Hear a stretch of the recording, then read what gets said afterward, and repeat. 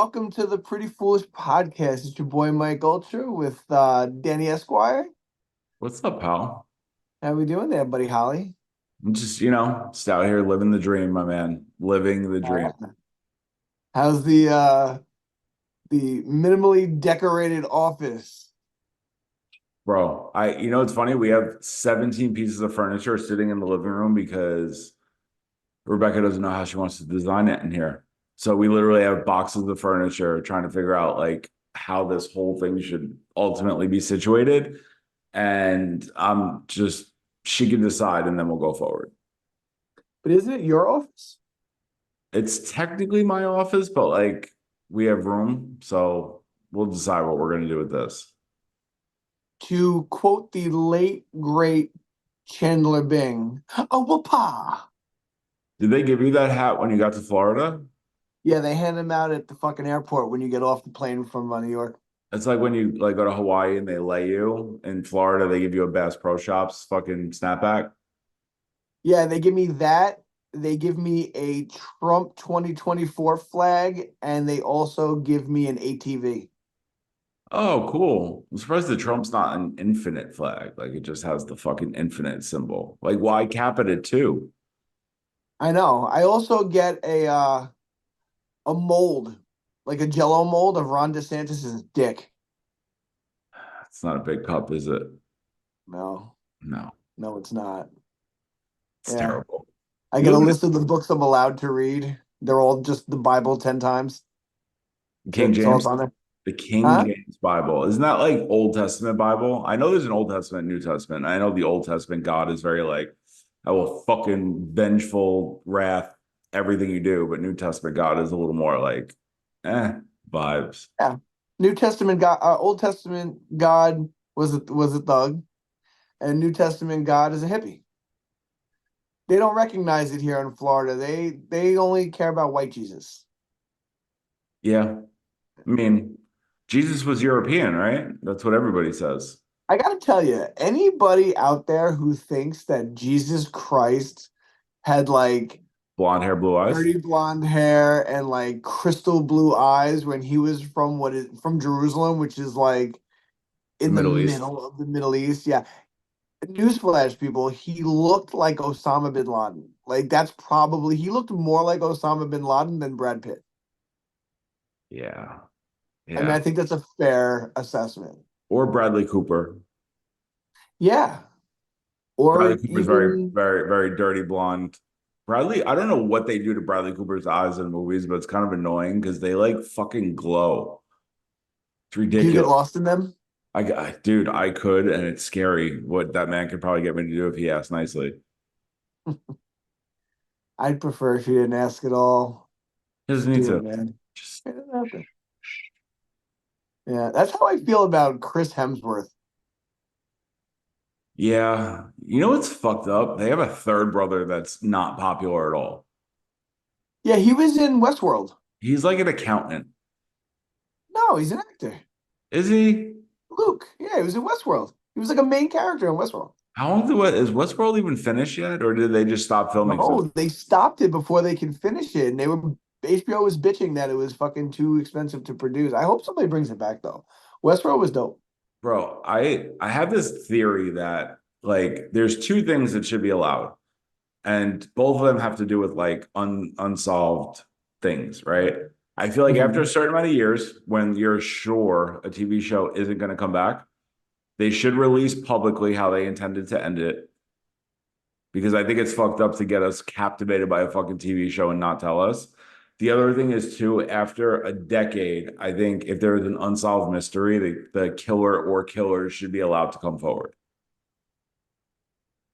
Like Like, just no consequences whatsoever. I mean, what's the fucking alternative? You're not going to catch them anyway. Like, do you know the odds of making an arrest in the John Benet Ramsey crime at this point?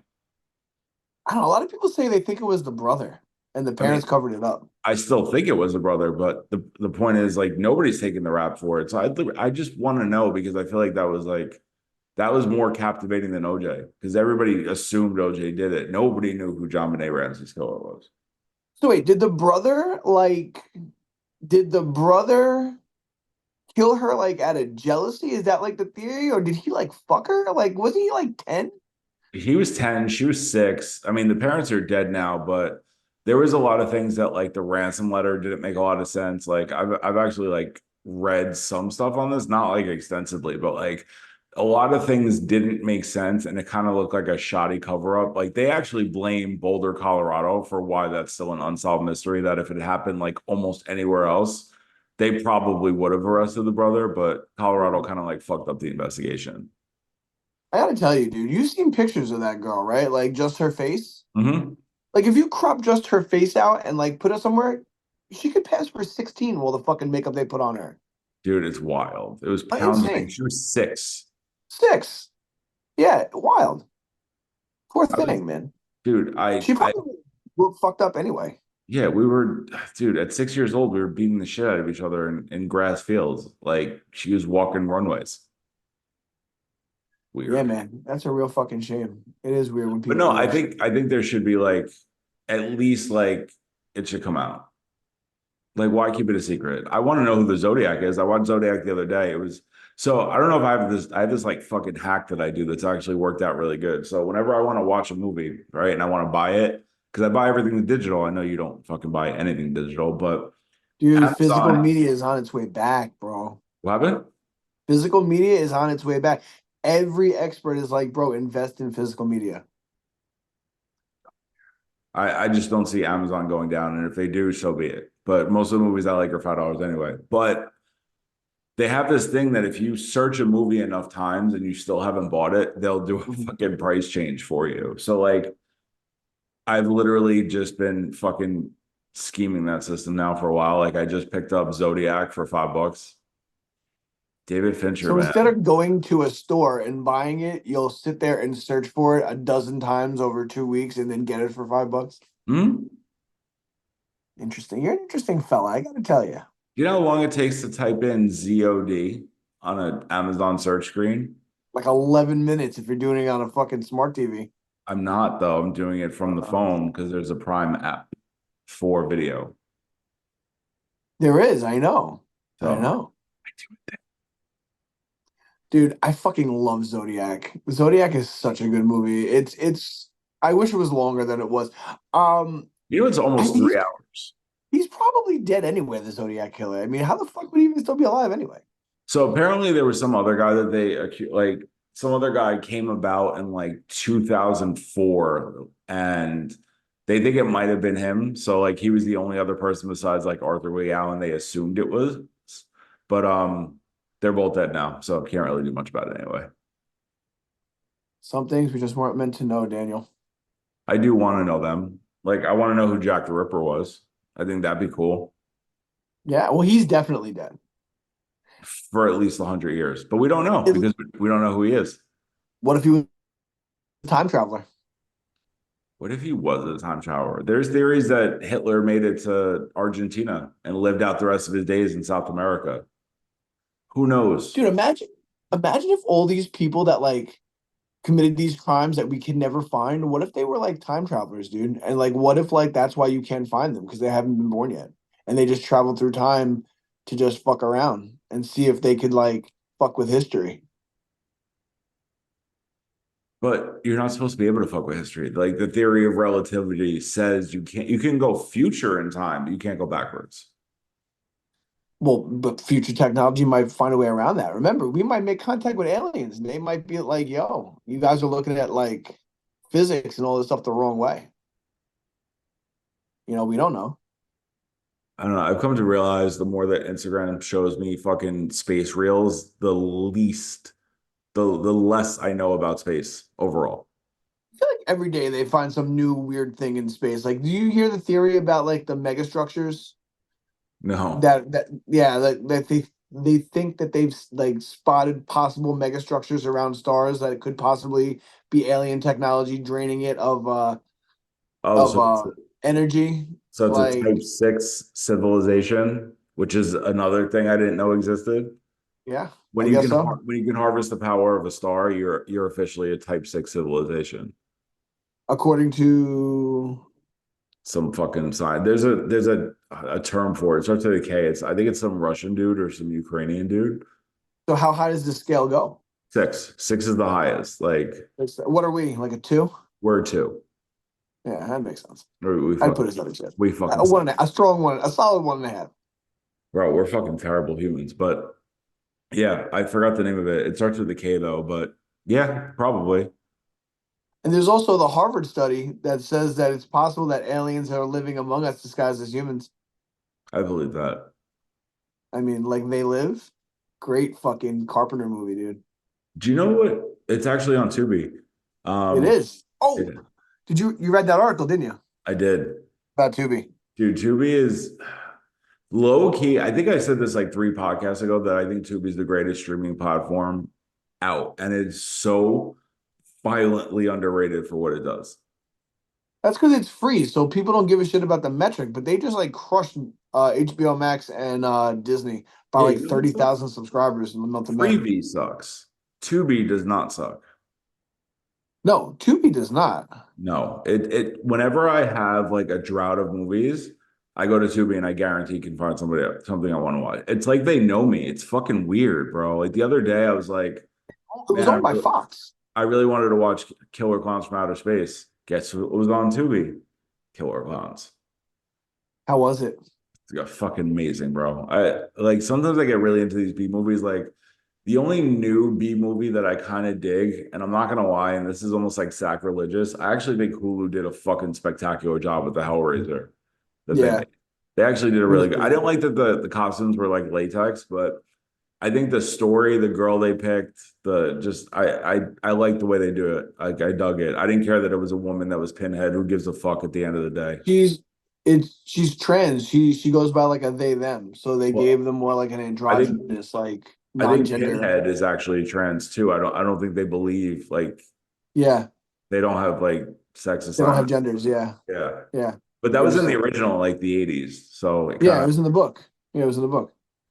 so Yeah, it worked out. dude. Um, so speaking of good movies, um, I am super stoked for our guest today. All Hmm. right. As you can see, I'm in preparation. I have my Spider-Man t-shirt on, even though he has nothing to do with Spider-Man. I can't find my X-Men t-shirt.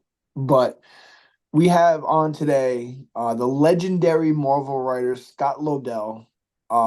He is responsible for the creation of the character Onslaught, which is right there in my background. Had a great run of stories, Age of Apocalypse, basically just owned Marvel in the 90s.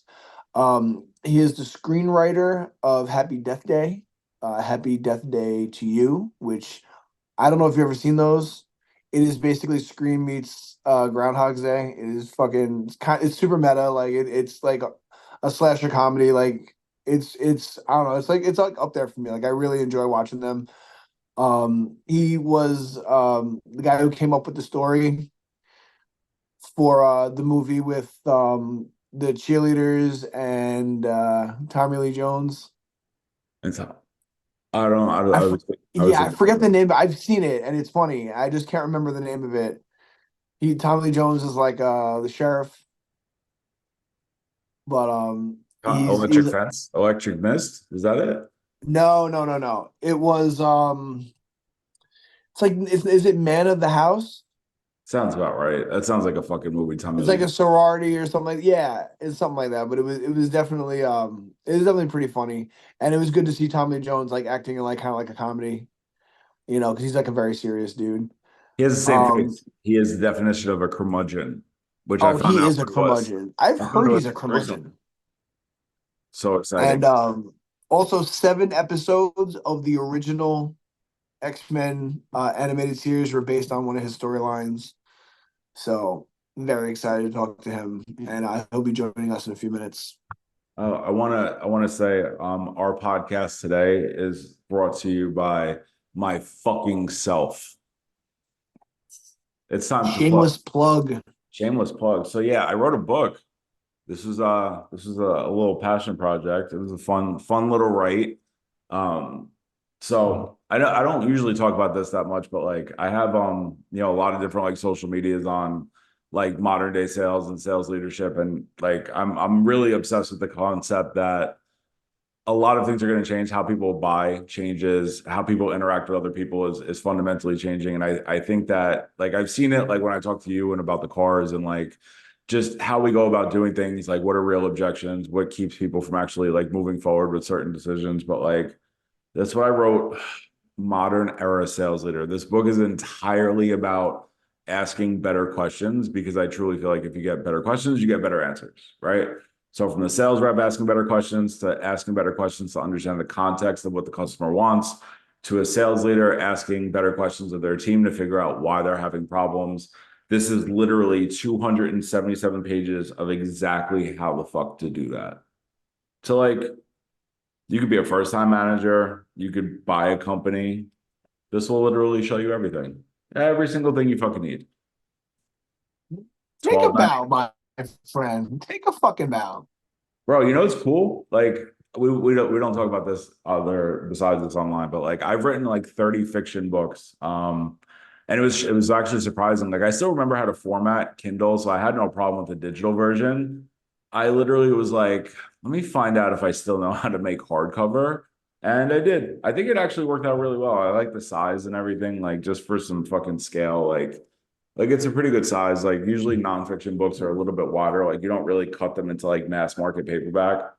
But I like hate mass market paperback. It's so fucking. It's like pulling a thick envelope. it's tall and narrow, which is funny because Amazon won't print in mass market. They don't actually do the dimensions. So what happens is they'll do them, but they charge extra for the cut. So like a mass market paperback, which is designed to be the cheaper variant, winds up being the more expensive one. Huh, But love it. obviously, if you work with a real deal publisher, it is cheaper for them because they're all pre-cut to that standard. So, Right, but it's cool. I mean, man. I'm happy for you. I gotta be honest with you. it's Super a good. happy for you. Yeah, I'm actually my book. I'm actually reworking it. I think I'm gonna upload it and kind of do some heavy edits on it. Maybe a title change. Is this for Candy Beach? Yeah, Should. yeah. I'm gonna start working on it when I get some free time. You know. But yeah, man. How long did that take you to write? Um, 4 days. Wow. It's not really a lot of like context as far as like story. It was a lot of like formatting. Like that was the hard part. Like so like for example, like I know we have like a couple minutes, but like a lot of people don't know what like KPIs are, like key performance indicators. So like I went through like a glossary of like KPIs are. So like this book is really written for somebody that's like, I'm in sales, I'm about to take a team and I don't want to get fucked and completely ruin everything. So everything is in here. There's some cool shit. Like definitely, Awesome. like what goals have you set yourself up for this coming year? How can the company further support your career growth? Like stuff like that, like just to make sure that people are actually give a shit that they work there. I'm gonna see if I can get a copy of that book and send it to someone that may be able to recommend it to others. Yeah, no, that'd be Yeah, dope. the company that I work for at their home office, they always mention like sales leader books and stuff like that. Maybe if I can send them a copy, like if I mail them a copy, Yeah, there's maybe some they'll good bring ones it up like in their Sales training. Management Simplified is really good. Never Split the Difference is good. Like this is pretty much like predominantly like what I read now. Like it just that stuff is just super interesting to me. But there's a few of them that are actually pretty decent. But this one is the first one that kind of takes a look at like empathy is a big word in sales right now because everybody thinks that you have to be empathetic to your sales team, but like a lot of people don't understand that like empathy, it's a very loose term, and if you don't have the guidance of empathy, you're just going to get treated like shit because you're going to think that you should let people get away with everything. Right, Empathy is good, but you have to have expectations to support the foundation of empathy. Like you could be a human being to a human being, but they need to know the difference between right and wrong, and you as a leader kind of have to set what that precedent looks like of because they course. need to know if they're fucking around. Because if they're fucking around, they're going to find out, and they need to expect that they're going to find out. But the second you decide not to follow through with something that you said you were going to do, that's where you lose all trust. And people realize that you're not willing to take it to the next level when you need to make conversations more formal.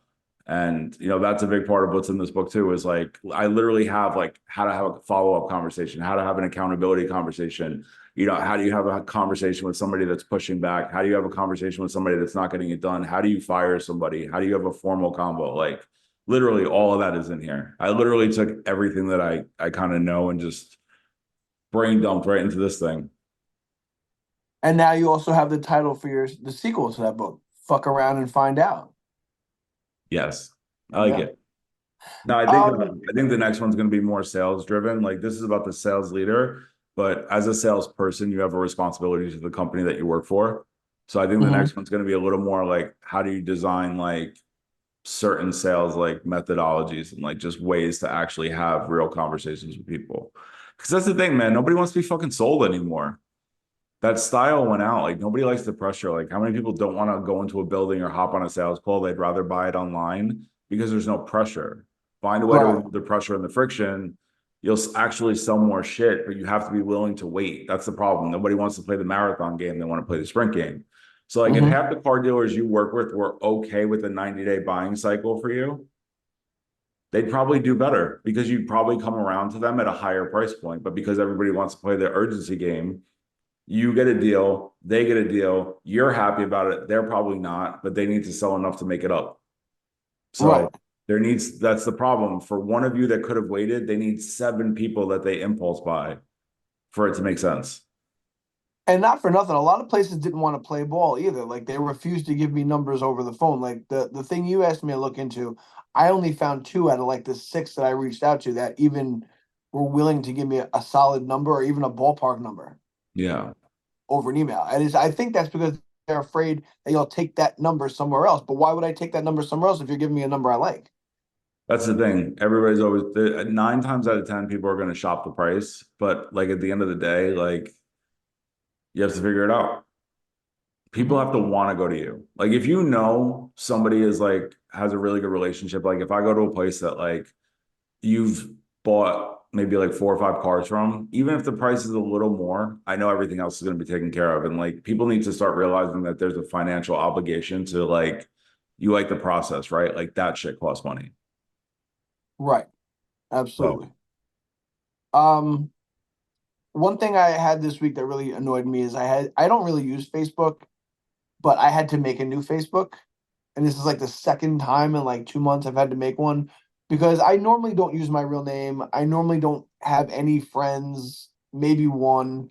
Mainly use it for the Facebook Marketplace, like if I want to sell something or like just pick up something inexpensive or whatever. And twice I got my fucking profile reported because the picture was like me like wearing like a shark mask or something, whatever. And one was like a rabbit mask, and people reported it because I had no friends and shit, like no posts that it was a fake fucking profile. And then bro, I get this Facebook shit from themselves probably Facebook. reported it. Like no lie, Yeah, like dude. Facebook probably reported you.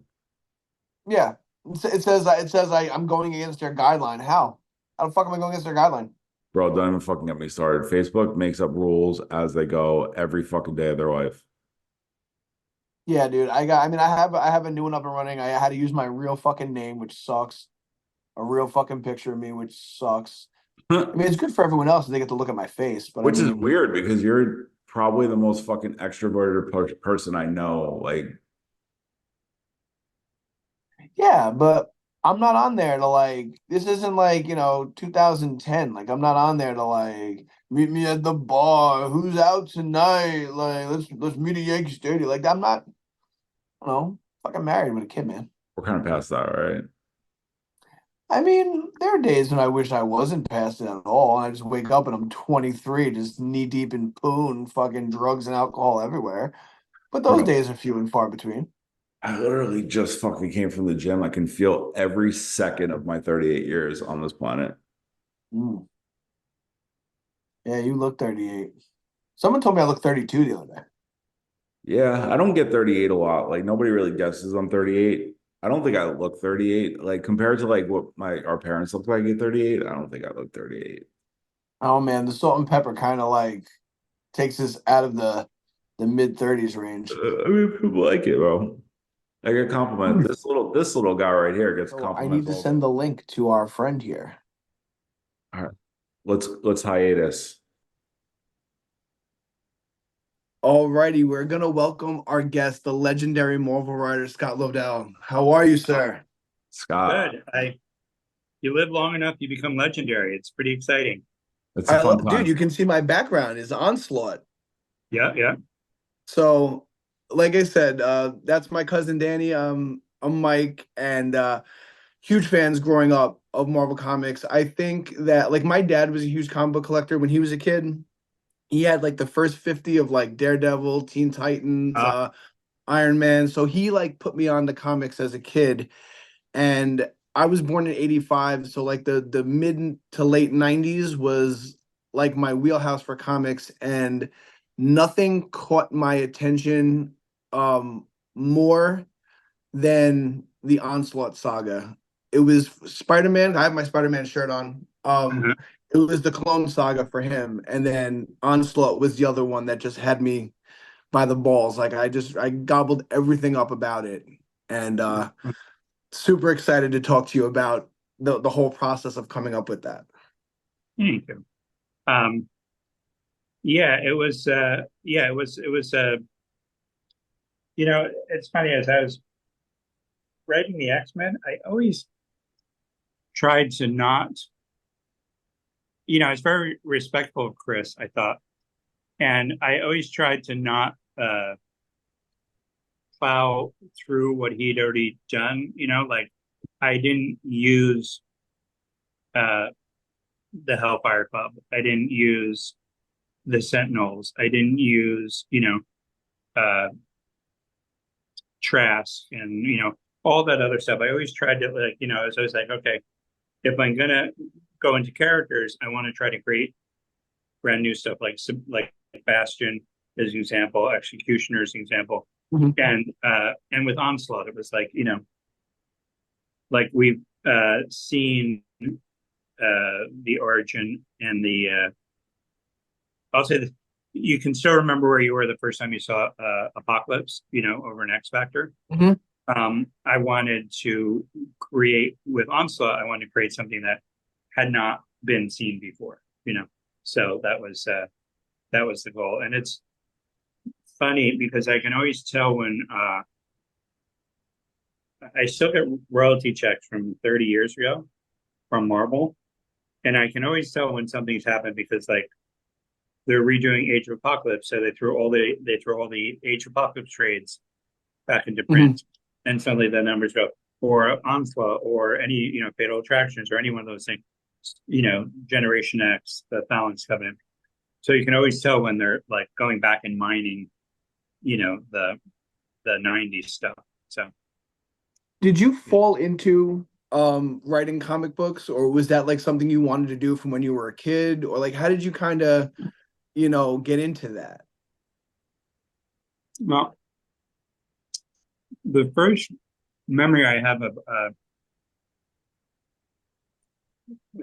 you know, as a kid, you come across comic books, but they never meant anything to me. And then when I was 16 years old, my I had all these major issues with my lung, and it kept collapsing. And I was spend a lot of time in the hospital, and people would bring me comic books to read. And so after everybody would go home, I'd read these comic books. I remember the first one. One of the first ones was the Beast joining the Avengers. And I thought, oh my God, this is so weird. I don't know anything about this guys. I don't know about him. But just from reading this issue, they brought me up to speed just through dialogue. And I'm like, that is so cool. Like this is, like watching it was as if I had been watching a TV series from a while back. Like I felt invested right away. And I thought, wow, what a Right. great trick that is. And then uh I remember looking at the credits and I'm like, oh wow, somebody has to write this for a living. They're not just, like somebody's writing it on what's a pencil, what's a colorist, and and so a lot of people like, I say this, I don't mean any slam against the Kurt Busieks or Mark Wade's of the world, but there are guys that can tell you what Superman had for breakfast in Action Comics 123, Mhm. and they know everything about the history of it. And that wasn't me. I was like, I didn't come from a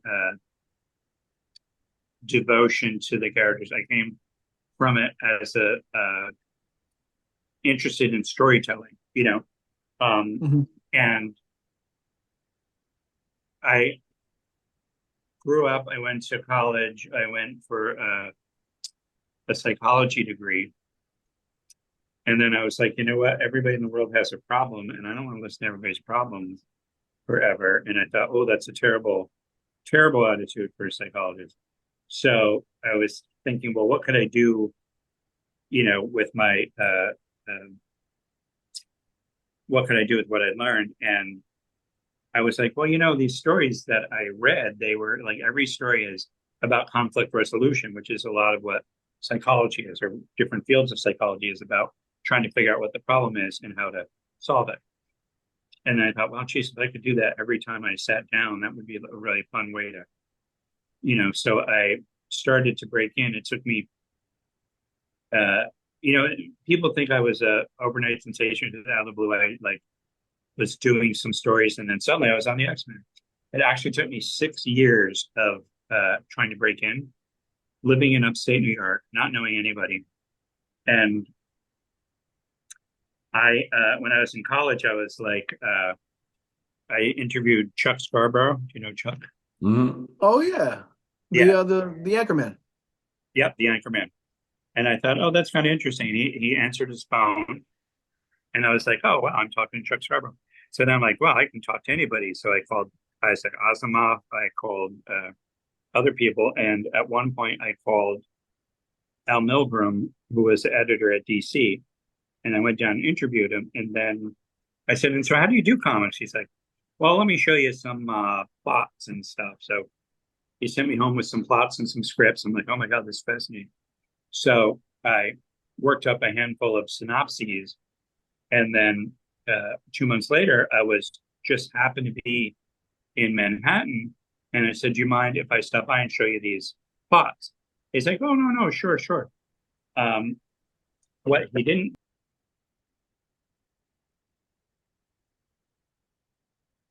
Sure. What Al didn't know was that I was actually living in upstate New York, and I had to get a ride from Marlboro to the Poughkeepsie train station. I got on the train, took a 2-hour ride into the city, got out. I had no money for even a subway. So I walked from the subway down to the Marlboro offices, and I just happened to be in the city. And so he came out and he took the pages, and he talked to me for a few minutes.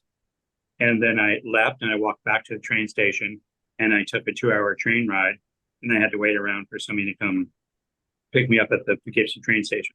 So it was like at least a 5-hour, probably 6-hour journey that I did every month, 2 months, meeting editors. Like Al came out a few times, and then he sent Ann out. Ann Nocenti was his assistant editor. Mhm. And then she got promoted.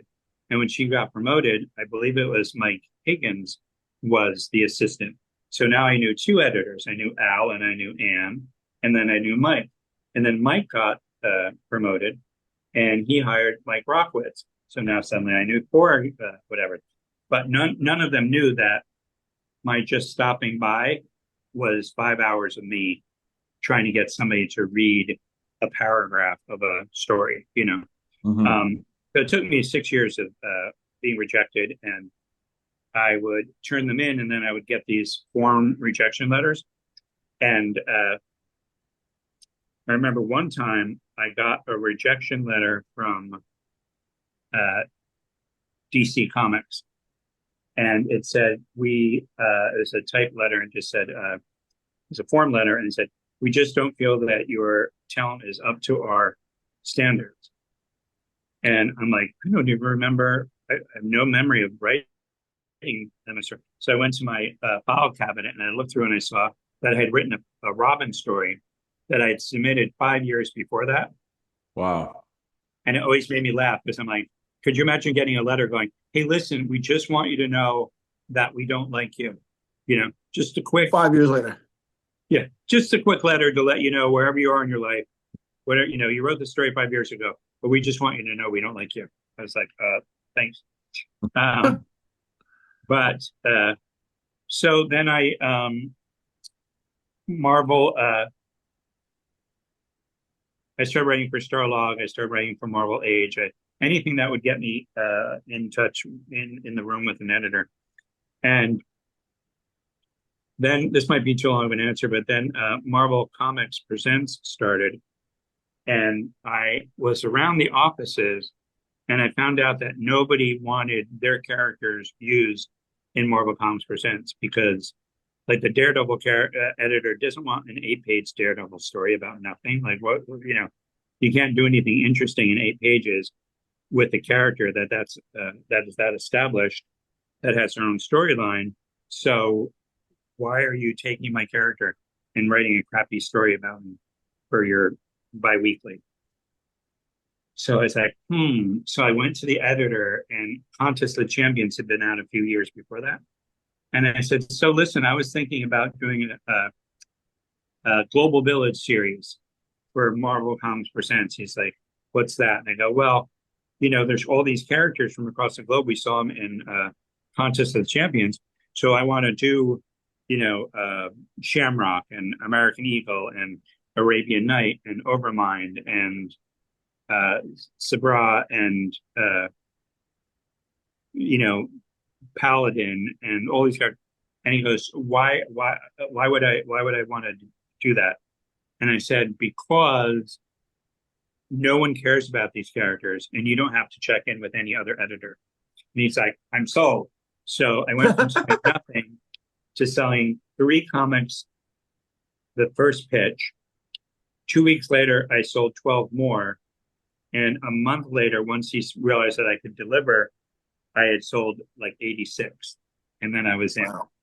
So, and even though they were only 8-page stories, what was really fun about them is, like, I would get the what's it called? Lockjaw. I went in and pitched Lockjaw. I figured who was using Lockjaw. And then once I got an okay, I went around to all the offices. I go, hey, I just got the Lockjaw story. I'm doing the Lockjaw story now. People are going, why would you do a Lockjaw story? I go, well, they trusted me with Lockjaw, which was ridiculous because no one cared about Lockjaw. So then I wrote this story, and it was this really sad story about him coming across a homeless family and, in a fire. And the same, when it came out, this editor comes up and he goes, Scott, he goes, I got to tell you, because I read that. That was the best Lockjaw story I ever read. I got to tell you, it made me cry. And I was thinking to myself, well, that's the only Lockjaw story I've ever read. Like he showed up in other stories, but he was never the lead. And so what I realized was that, and this was before that, but what I realized is that, like, I could take Shamrock, who was the good luck powers and was in a leotard with a shamrock on it, and I could tell a story about this power that had gone down through generations, and her brother died in war, in the IRA, the war. And now the father's angry because the daughter has gotten these powers, and he's like, he's ashamed of having a daughter.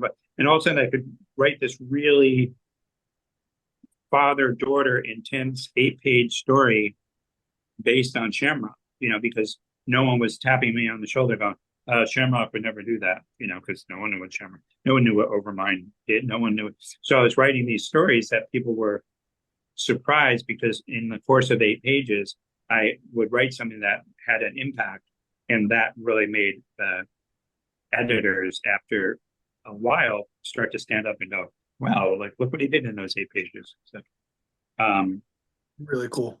And then I got Alpha Flight, and then Alpha Flight led to, I was around, I was in the offices just before the Marvel Christmas party. And Bob Harris, who I'd only spoken to once before when we got into an argument in the men's room at Marvel, because I had sold the 8-part Beast story. And halfway through, he's like, "Oh, I don't want this to happen." And I go, "You can't." And we just happened to be in the bathroom at the same time. I go, "Bob, I don't think that's fair at all that you would like, cut my story in half. Like, what am I supposed to do now?" He goes, "I don't know. I just know that I don't like it." And I'm like, blah, blah, blah. And people are like going, "Oh man, you shouldn't get in a fight with Bob Harris." I go, "Why?" And they go, "Well, he edits the X-Men." I go, "Well, what do I care about that? Like, I'm never going to write the X-Men. Chris Claremont writes the X-Men. What do I care what Bob Harris thinks of me?" So, so then on Christmas Eve, he comes into the Marvel Comics Presents office, which was the Excalibur office, and he goes, "Scott, walk with me." And I go, "Okay." And that was always his favorite expression, "walk with me." And so we walk into his office, and I sit down, and he puts 22 pages of rolled up fax paper, and he straightens them out, and he goes, "I need you to do X-Men 6, but you have 24 hours to do 20 pages. Can you do it?" I was like, "Sure." And in my head, I'm like, "Sure, I'm either going to do it really well, and people are going to be, holy shit, look what he did in 24 hours. Or I was going to shit the bed, and people will go, well, he had 24 hours. What can you do?" Right. So I think we all know the end of that story. So, Worked out, I see. yeah. And, and it just turned out, like Bob and I, people, I just read something the other day online. They're like, in the 90s, Bob wrote all the books and he told everybody. Bob and I were just very, very, very simpatico. We both had the idea of like, character first and then what happens as a result of the characters. And that might seem simple and condescending, but like when you look at Age of Apocalypse and you look at Onslaught, both of those come specifically from character. Like what happened? Professor X gets killed. It changes everything. Later on, what happens when Charles brings Magneto into his mind, and he thinks he's curing Magneto, but Magneto's actually corrupting him. And then this third entity shows up, and it's Onslaught. So those are things that come directly from character. Over the years, people try to do these huge crossovers, and they're like, well, what if this happens? The Mutant Hero Registration Act. And then, oh, okay, well, some people feel this way, some people, blah, blah, blah. But that's not from character. That's from, here's an idea for a story. How are all these characters going to fit in the story? Secret Wars. Oh, you're going to go and you're going to have to fight the bag of a. You're like, it's not about character, and I think that that's why 30 years later, Age of Apocalypse is still something that gets people excited. Onslaught is like, I haven't seen any of the X-Men animated episodes except for the last one. And watching it, I'm going, oh my God, I feel like I'm watching a cover band of my life story. It's like there's so much just in that one half hour. I'm like, holy moly, this is amazing. It's like, even things that I did, like Colossus deciding he can't take it anymore and he sides with Magneto. In this case, it was Rogue, but it was the same scene, the same motivation, the same, idea of we got to try a different way because this isn't working. Ascani-san and Adventures of Cyclops and Phoenix and Onslaught and, Bastion and the Prime Sentinels, which were the people, it's like, it was mind-blowing to see these things that, 30 years ago were just, okay, what do we do to do this next issue? And it's like, and to see him, brought to life in such an epic scale was really, because people have been texting me and writing me going, oh my God, you got to see this. It's amazing. I'm like, whatever. And then I saw it. I was like, for like 2 or 3 days. I was like, That's so weird. It's like, it was so weird to see it all done and done so well. It's such a good show. It's such a good show. And I know before you had come on, me and my cousin Danny were talking about Onslaught as a character. I know there was something very specific he wanted to ask you about Onslaught. Yeah, I I was on the other side of the fence when I was a kid. Like I wanted to draw for Marvel. Like that was my dream. Like if I could have drawn for Marvel, like I still remember like drawing in the hallways of like we grew up in a building in Yonkers. Like I didn't have a house, so like we literally would hang out in the hallways and just draw stuff all day. So I'm really curious to know like, how much input, like where does the imagery for what Onslaught is? Was that in part from you? Did you collaborate on it? I'm really kind of curious how the design comes about once the story is there and they're set that this is how they want to move forward. I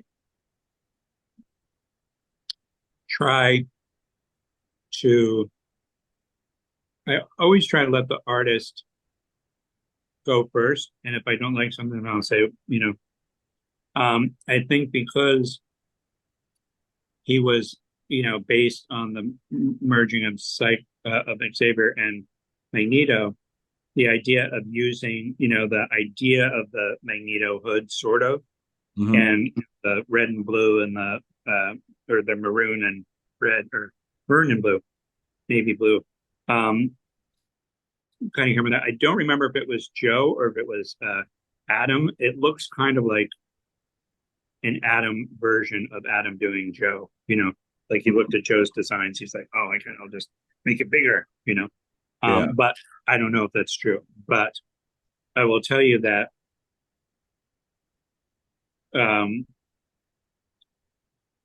when I met,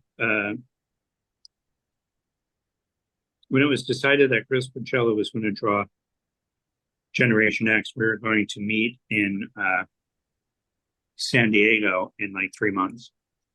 And so he would call me up and he'd be like, oh, Scott, he goes, tell me what character you have, because I want to figure, tell me like what I'm supposed to draw. I go, well, I don't really work that way, Chris. I said, we're doing this together. So I want us to come up with the characters together. I said, I know the only things I know I want is I don't want Ken and Barbie mutants like Scott and Jean, where they're like, oh, they don't seem to really have a care in the world other than they're, being attacked as being mutants. And Scott seems to get by fine with his glasses, And I said that, and I know I don't want anybody to look at the group and go, oh, look, there's Nightcrawler, there's Colossus, there's Wolverine. I said it just, this should be, we've already seen that. Let's see the next thing. That's all, that's the only two things. And so we met and he goes, so what are you thinking? I go, well, the only character I know for sure at this point two characters. The two characters I know that I want is there's a character called Chamber. And the idea is the very first time he used his powers, his bioblast powers, he blew out his entire chest and his face, his jaw is gone. And it's just spewing psionic energy. And he goes, guess what? Because that does sound really cool, but no one would be able to draw that. And I said, well, no one but you would be able to draw. I agree. No one else would be able to do it, but I know that you can, because I had seen his art.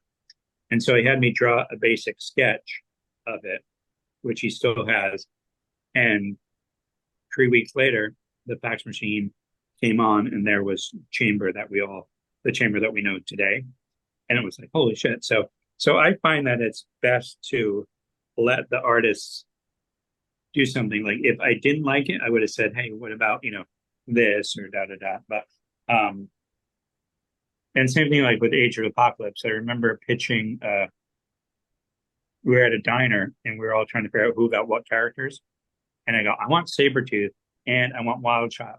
And they're like, well, what would that do? I go, oh my God. I said, Wild Child would be on a chain and he'd be so crazy. And there are times when Sabretooth like lets him off the chain and he goes and he tears everybody up. And then Sabretooth grabs him, slams him on the ground, and throws him over his shoulder. And they're like, oh, okay. And Joe Matt is like, like he got super excited. And I said, Sabretooth, the first time not Sabretooth, Sunfire, he should have a mask because he literally burned his own skin off his body. And they're like, oh, that's kind of creepy. And Joe Mad's like, oh, use the red star, Japanese red star in the face. But so it's like, so I just find, like I say, that artists do their best work if you encourage them and not try to, So, like M plate, Chris called me up. He goes, "What's this M plate look like?" I go, "He looks really cool."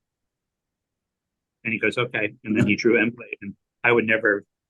I used to call him Snuffleupagus. I would never have been able to come up with that in a million years, So That's so cool. So I really, to answer your question, I didn't have much say in the way Onslaught looked. I think if I didn't like it, I could have pushed for a different look, but for the most part. But that's what happens when you're with really good artists. You don't really have to, you just have to. It's funny when Chris, when I was trying to get Chris to do it, he's like, "Oh, Scott," he goes, I don't draw like Jim Lee. You wouldn't like me." I go, "Well, I've seen what Jim Lee draws like, and I want Chris. I don't want you drawing like Jim Lee. I want you drawing like Chris Pacello." He goes, "Scott, you don't understand." He goes, "One time I was doing a story about death, and it was these two people, and they're sitting on the stoop in Brooklyn, and they're talking, and I just drew 2 9-panel grids of just their knees, and they made me, they told me I couldn't do it." I said, "Well, Chris, my vow to you is that if you send me 2 pages of knees, I will script 2 pages of knees." I said, "I want you to, this is your book. This is the story, how you draw the story, and then you give it back to me, and then I add the words." And that was totally different for him. He had been used to full scripts, and I never did full scripts until I got to DC 10 years later. So, but people look at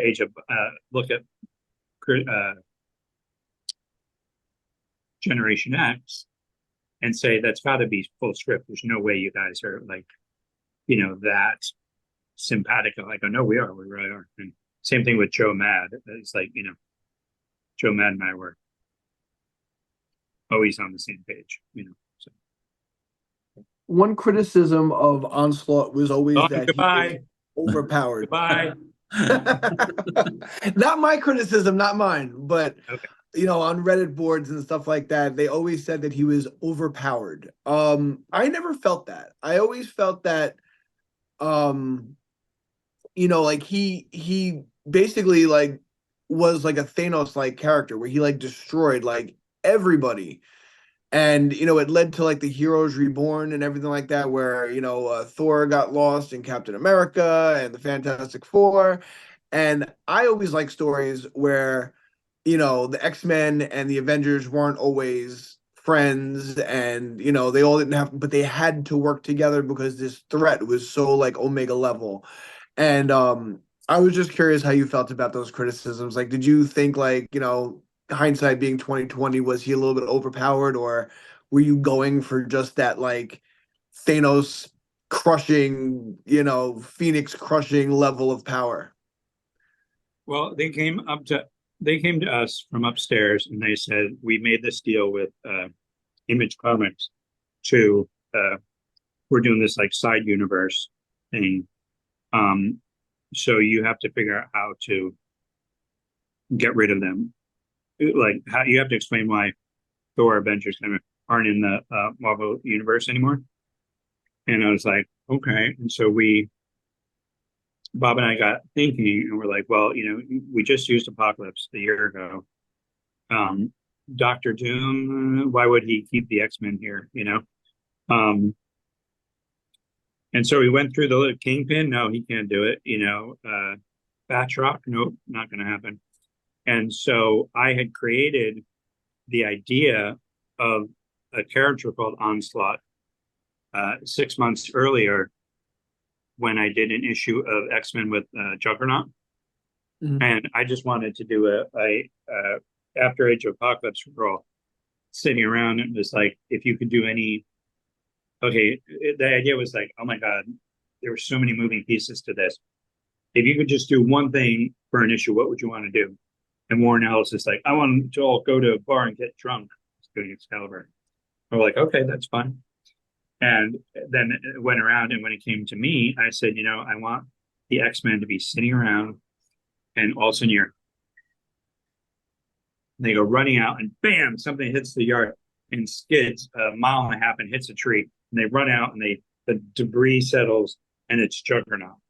And they're like, "What? Oh my God, what happened to you?" And he just says, "Onslaught." That is so badass. That fucking thing is so cool. Well, and people in the room were like, "Wow." So who's Onslaught? I have no idea. I said, it's something I want to do. I love the idea of somebody being able to beat the crap out of Juggernaut, and he's out there somewhere. And so the issue came out, and an editor went to Bob and said, you can't introduce a character that can beat up Juggernaut and then not explain him. So Bob's like, okay. So he came to me and he said, you have to explain who Onslaught is. I go, no. I said, I don't have any interest. I don't know who Onslaught is. I don't have any interest in writing about Onslaught. So as months went by, here's week 4, and they're about to start. We're going through every single character. And I was home. I'm like, oh my God. So I went in and I said, Onslaught can do it. Onslaught can take all those characters and shunt them into another dimension. And Bob is like, how do you know? I go, because he's Onslaught. He beat up Juggernaut the first time. We know he's strong. We know he's powerful. We don't know what his powers are, but we know he's powerful.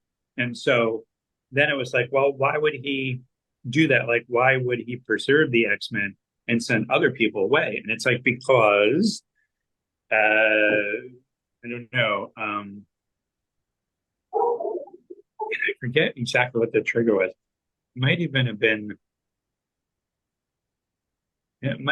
Wade might have provided the trigger as to how that it was Xavier and Magneto. I don't remember, but I do remember that when then it was like, okay, well, if it was the two of them, how did that happen? And then I was like, I remember when Wolverine had his adamantium ripped out, Xavier got really mad and shut off Magneto's mind. But I'm like, what if he didn't shut it off? What if he took it inside him and he's been working on him this whole time and he thinks he's saving him, and actually the process is corrupting him. So that was it. Wade was like, Mark was like, well, maybe he's corrupted, and the two alpha mutants together form Onslaught.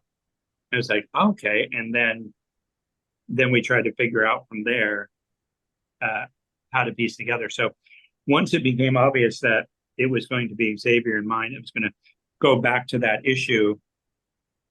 Then I started putting in the seeds, like that issue, When the Tigers Come at Night, where Xavier is dreaming and Magneto is self-conscious. It's like, oh, okay, this is all built. Okay, now it's all building towards something. And finally, when it came out that who Onslaught was, then you go back 6 months, and if Xavier is corrupted and he's lashing out, who's the very first person he would lash out at? Would be his stepbrother who tormented him when he was younger, which was Juggernaut. And then suddenly people are like, oh my God, Scott, you've been planting seeds for the last year. That's amazing.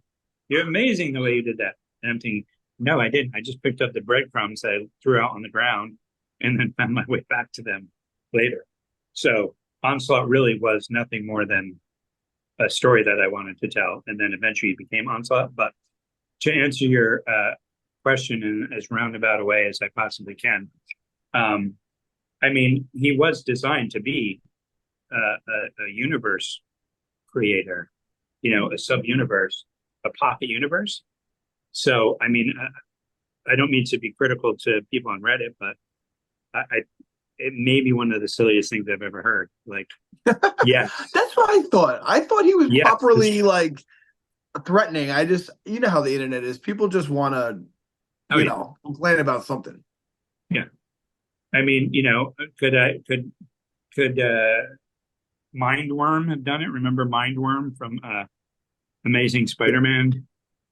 Vaguely, Look up Mindworm. You'll love I him. will. But the thing is that, like, no, he was a character that was designed to, you know, take on all comers. So, and then for somebody to go, well, I don't like him because he took on all comers. Yeah, well, that was the idea. So, sorry. That's awesome. No, So, that's such a moving away silly. from comics just a little bit.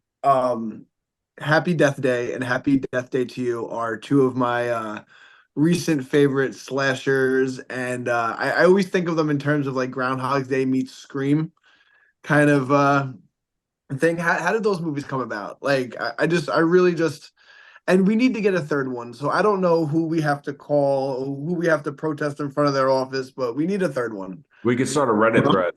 They read We those. could start a Reddit Oh, thread. yeah. Well, Blumhouse really wants to do it. Universal doesn't really want to foot the bill because the second one, the first one made more money than anybody imagined it would or could, and the second one did not. And the second one cost twice as much as the first one. So, But we have a cliffhanger ending with the second one. yeah, We but need if to you're sitting around know. with a calculator and you go, let's see if I can spend 3 times as much and make 3 times less. Hey, if we make enough by movie 4, the studio will be in debt. This is a genius idea.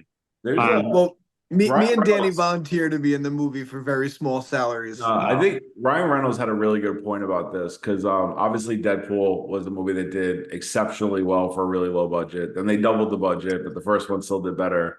It seems to be like if you want to complete a trilogy, sometimes you need to go back to basics, skimp on the budget a little bit, and it kind of forces a little bit more creativity.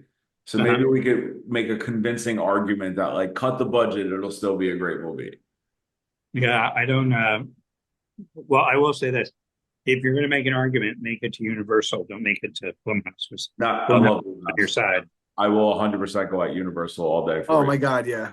Blumhouse is Absolutely. great. They horror like types are very very diehard about their movies. So Yep. Blumhouse has a lot of good I fans. love A24 also. They're another one that's very very established now, and they were so up and coming like 12 years ago. Yeah. So how did you come up with the idea for that? Did it start off as like a comic book that you just didn't decide to turn No, into a it script? was. I have a friend, John Nee. Do you remember John Nee? He used to be business No. affairs at Wildstorm. At one point, he was the head Oh, of. Wildstorm. Wow. Yeah, at Okay. one point, he was the head of Marvel for a year or two, just recently. And we would always call each other up and go, "What about this? What about that? What about this? What about that?" And he was like, "What if you did a movie where Julia Roberts, where like she kept dying because she's being stalked, and uh, and she kept reliving the day over, trying to stop herself from being killed." I was like, "Oh, that's really interesting." And then I went out and I was pitching it to people, and each time it was like set in college. It was this, it was that. Um, and then I met with the producer and I said, "Yeah, I have these ideas." And anybody that knows me knows that I have like 30 ideas at any one moment. And so I was going through, and then about a week later, she called me and she goes, "Stop what you're doing and go write." It was called Again at the time. She says, "Go write Again," because that was the best idea for a movie I've ever heard. And so I went home and I unplugged the internet and I turned off my cell phone and I wrote for 4 weeks and I finished Again, which became Half to Death, which became Happy Death Day. And it was interesting because I wrote it, and then when I turned it into producer and my agents, they took it to 15 studios, and 15 people said no. They said, "We like it, but you don't explain how it happened, so we're not going to buy it. So they would come to me and they'd say, well, Scott, you have to adjust, you have to rewrite, you have to explain how it happens. I go, no. I said, I don't. You don't understand why it happens in Groundhog's Day, and you don't understand how it happens here. It's just enough for her to try to figure out who her killer is. And so they said, yeah, but if you change it, people will buy it. And they go, if that was really somebody's complaint about the movie, they would buy it and then say, Scott, change this. I said, Right. they don't want to do the movie. That's fine. I don't. And then the 15th person, it was a company at the time called Rogue Pictures, and they were part of Universal, and they bought it. They read it and bought it and loved it, and that was it. They were like a precursor to Blumhouse. They came really close to making it, really, really 3 weeks away from making it, and then they didn't, and then it sat on the shelf for 8 years. And then it became Happy Death Day. So good. It's so good. I love those movies. They're so good.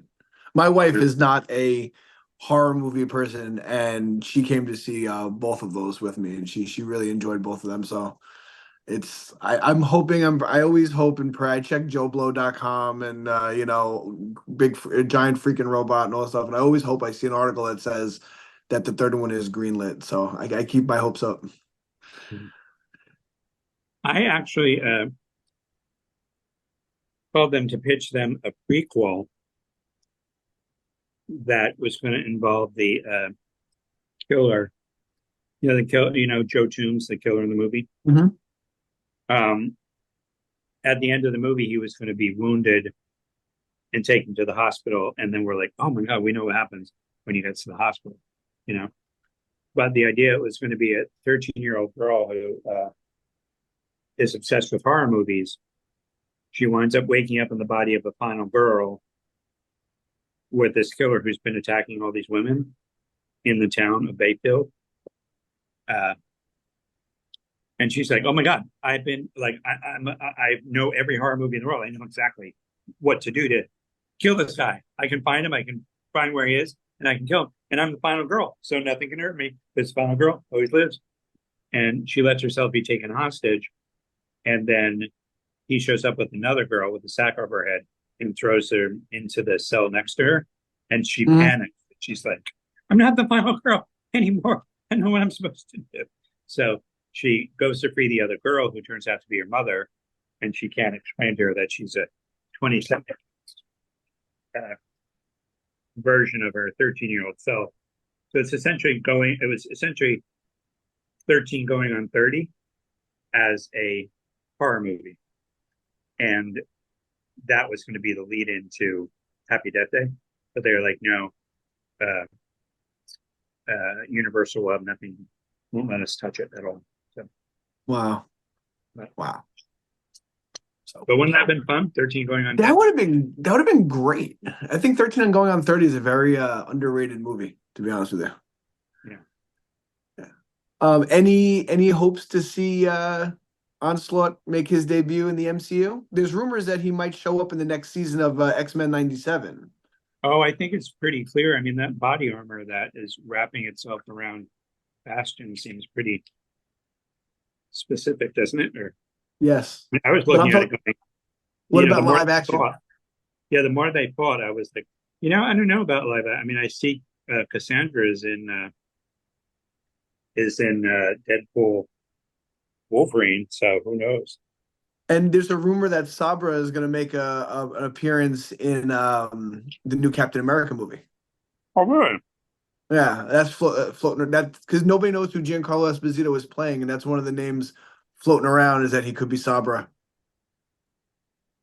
Giancarlo is Sabra? Yeah. How would that work? I don't know. I don't know if they're gonna gender swap or whatever the case is. Huh. But I always take these rumors with a grain of salt, but you hear them all the time. Yeah. No offense to either one of them. It just doesn't seem like, like I mean, I'm not talking about race, but just age wise. I mean, like she Yeah. was, you know, I mean, no offense, is getting pretty old, you know? Oh yeah, he's got to be 70 or maybe even older. Oh, I don't think, no, I don't think Giancarlo's that old. Maybe, I don't know. Maybe. Dan, look it up. Yeah, Dan, look it up. Yeah, I don't The, think Giancarlo Esposito could play Sabra. No, No, maybe that's his why daughter. I Maybe a maybe daughter yeah, thing. maybe he could be her father. I don't know. I remember reading that online somewhere that was like one of the names they threw out. But like I said, it's the internet. They throw shit at a wall and see what sticks. I just thought it was interesting if they came up with a way to do that because I know Marvel's been like itching to have him in a movie. So Well, I Variety don't definitely know. did a thing on this. Marvel taking new approach to Israeli superhero Sabra for Captain America 4, but not Giancarlo Esposito. Okay, Definitely still a woman, but okay. So I misread the article. My apologies. so how old Because is his Giancarlo?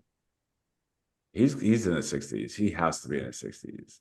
I have to tell you, I did a panel once in Vegas where I interviewed him and he laughed and laughed. And there's nothing more satisfying than getting Gus Fring to crack like Actually a crack a little frog. smile. He's Yeah, 66, by the way. 66, yeah. Do you But have any projects upcoming? Anything oh movie or yeah, TV related? I was a little late with you because I have a movie that is I just met with the director out across the diner across the street. But it's called Odin, and it's about a white German Shepherd whose owners are brutally murdered, and then Ooh. he goes on a revenge spree and tracks down the five people who killed his owner and dispatches them. So it's So John Wick. Only the dog survives this time. It's from the yeah, dog's well, perspective. Reddit nicknamed it John Lick. Okay. I And like in it. my head, when I was writing it with my friend, I was calling it Rambone. That's even better. That's so good. Yeah, That's so good. but that's what it is. It's an action adventure movie about a dog who tears the crap out of, you know. Women will love that because women love to see dogs not only be saved but take revenge on people. So You do. yeah, You have your core audience right there. I literally Oh, my girlfriend stopped watching John Wick. Well, she was watching it, but like I couldn't get her attention back for like 15 minutes after the dog died. yeah, that was rough. Oh, the first one. Yeah. I'd rather see people get murdered in movies than dogs. No, yeah, Yeah. I didn't see I Am Legend because I was like just watching the trailer. I'm like, oh my God, that dog is dead. yeah, yeah. And turned out to be done. Sam most certainly does not make it. And then to find out Sam was a girl at the moment of like tragedy was like, oh man, that's Even even worse. worse. So one last question before we let you go, and this is more of a self-serving question for myself.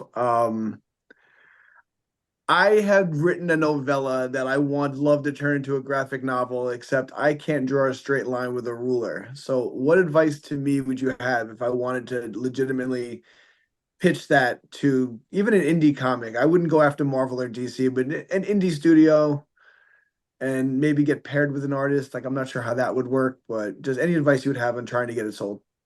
Well, I mean, I think that the market is such that the only way to do it and the best way to do it would be to kickstart it or Indiegogo it. Okay. And there's another one called Fund My Comic. Okay. Um, the thing is in the old days, if you wanted to print something, even a headshot, you'd have them take a picture and you go into the printers and they'd be like, oh yeah, it's $25 for 500. And you go, oh, I don't want 500, you know, I don't need Mhm. 500 resumes. I only need one resume because I got to turn it in. And they go, no, it's got to be 500. But similarly with comic books, so many people wanted to do their own comic book and then wound up with a garage filled with 5,000 comics, 10,000 comics, because that's how many you had to print in order to make them print. Now, literally, you can print comic books one at a time if you wanted to. If you got an order for 12 comics, you could print those 12 comics and give them to those people. So similarly, there's really not any there's really not a market. I mean, Image is its own thing, but there's not really a market of indies who want they're not going to pay you to write it, and they're not going to pay the artist to pay it. They'll be like, well, if you bring it to us, like Scout, if you bring it to us, we'll print it if it's all Okay. done. And it's like, okay, but if you're going to do that, then they're going to want whatever their take is and why. Why would you give them, and no offense, Right. but, if say by some chance your first issue sells 3,000 copies, why shouldn't you get that money, then split half of 3,000 with, and actually, let me be clear, 3,000 books doesn't mean $3,000. It means probably $12,000 because they're $4 a book, blah, blah, blah. So I found, that there are so many artists that there's so many artists that are amazing from all over the world who want to do comic books and they don't have any idea on what a story should be about. So they're actively looking for writers. So, I mean, granted, I have written a lot. So if I write to somebody, go, hey, I wanted to go, oh my God, blah, blah, blah. But celebrity, not celebrityness notwithstanding, I think that there are so many people that if you are going through Instagram and you see somebody and you're like thinking, oh my God, these guys are good enough for Marvel and DC. How come they're not working for Marvel and DC? Because they're probably in Portugal. They don't know anybody. They're just sending their artwork out onto the internet and getting a tremendous amount of followers. And what they really want to do is draw comics. And so that's a good way to find people. So I used Awesome. to, I will tell you, there's a story about a kid who was at a comic book convention in New York. And I saw him showing his artwork to the editors. And people would be like, I'm thinking, wow, that's interesting. Why are they having such a visceral reaction to this kid? So I walk over, I'm leaning over their shoulder. And I tell you, I've leaned over any shoulder, any art portfolio. And the editor will be like, no, that doesn't work because and blah, blah, blah. As soon as they leave, I'm like, hey, come here. Like Dustin Wynn, Dustin Wynn? Mm-hmm. Dustin Wynn was a kid that was just at one convention after the other showing his stuff. And it was like, dude, you're going to be somebody. Don't listen to any of these idiots. And then we would work together until he started getting work. But this one kid was getting all these reactions. I'm like, oh, poor kid. What is that about? So I went up and I go, can I see your portfolio? And he goes, yeah. And he takes out a loose leaf notebook, like a spiral loose leaf notebook. And he shows me pages that he's done on white with blue lines, like a notebook, Mm-hmm. not a portfolio, not like a sketch pad, a notebook. And I'm like, okay, well, I see why. But I go, but listen, I'm looking at your art and I think you're very talented. Why don't you, I have a plot here in my bag. You're probably here with friends because he was from Virginia. I said, you're probably staying at the hotel. So go to the hotel, don't go out with your friends, break down the story on this paper and I'll see what it looks like. So the next morning he comes down with 13 pages broken down in like thumbnails. I'm like, oh Mm-hmm. my God, I was like, holy God, this kid is amazing. So I worked with him on storytelling and da-da-da. We went back and forth. And then I got him work at Marvel because they're like, yeah, you're right. He's really good. And then the bookkeeping people called and they said, we have a problem. He's only 17 and he can't work for Marvel unless you're 18. So he can't work on it for 6 more months. We're like, well, okay, that's right. It has an open deadline. We'll wait 6 months. And that kid was named Jay Lee. So, you know Jay Lee, right? Mm-hmm. Yeah. So you just never know, like, where you're going to meet. A lot of artists want to work. So I would say keep your eye out. Like, when you go to a convention and you see the portfolio people, here's the truth about portfolio reviews is that an editor can't say yes unless he has work for somebody.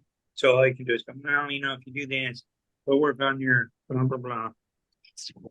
Then you have somebody that you already know is devoted to drawing pages. They're good. They're excited.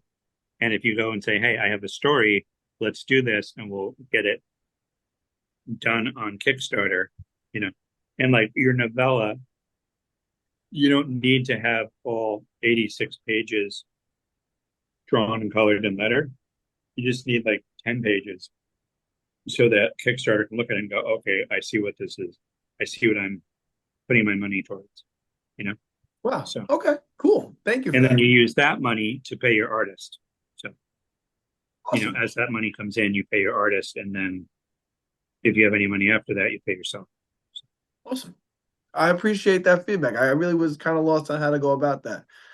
Yeah. Scott, it's been honestly really cool talking to you. Thank you. It's a pleasure. Yeah. Thank you so much for coming on. And please keep in touch, man. We'd love to hear more about that Odin movie. And if you ever want to talk about anything, please just reach out. We can definitely do this again. You know, what's funny is as you get older, my eyes, I was like, I know I have to clean these glasses, but Danny, Yep. sorry, Danny. This whole time I thought you were wearing this like brooch around your like, and now I finally see it's your microphone. The little fuzzy, yeah. Yeah, but I'm like thinking, he has a brooch that looks like his beard. That's the strangest. Who would wear that? He's meta. Now I know the truth. Now you know. Awesome. The secret's out. Yeah, so tell those Reddit people if you happen to talk to them that they've really uncovered a real mystery of the universe there. I will. Trust me. I We'll will. pay it forward, no issues. We will pay it forward. Okay. All right, Scott. Have a great day, man. Thank you so much. All right. Pleasure, guys. Thank you. Anytime. You too. Yeah.